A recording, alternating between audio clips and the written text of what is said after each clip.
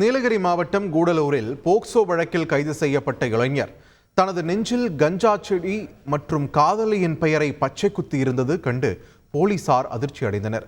கூடலூர் நகராட்சிக்கு உட்பட்ட முத்தமிழ் நகர் பகுதியில் வசிக்கும் 21 வயதாகும் கார்த்திக் கோவில் திருவிழாவிற்கு சென்றபோது காதல் ஏற்பட்டு 15 வயது பழங்குடியின சிறுமியை யாருக்கும் தெரியாமல் திருமணம் செய்ததாக கூறப்படுகிறது.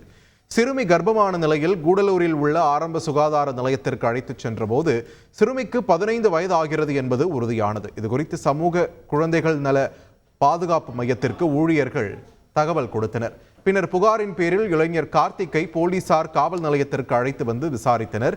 இதில் அந்த இளைஞர் ஏற்கனவே பல கஞ்சா மற்றும் போக்சோ வழக்குகளில் கைதானது தெரிய வந்தது. மேலும் அந்த இளைஞர் தனது நெஞ்சில் ஒரு கஞ்சா செடி, அதன் அருகில் காதலியின் பெயரை பச்சை குத்தி உள்ளார். இதையடுத்து கார்த்திக்கை போக்சோ வழக்கில் போலீசார் கைது செய்தனர். செய்திகளை உடனுக்குடன் தெரிந்து கொள்ள உடனே சப்ஸ்கிரைப் பண்ணுங்க.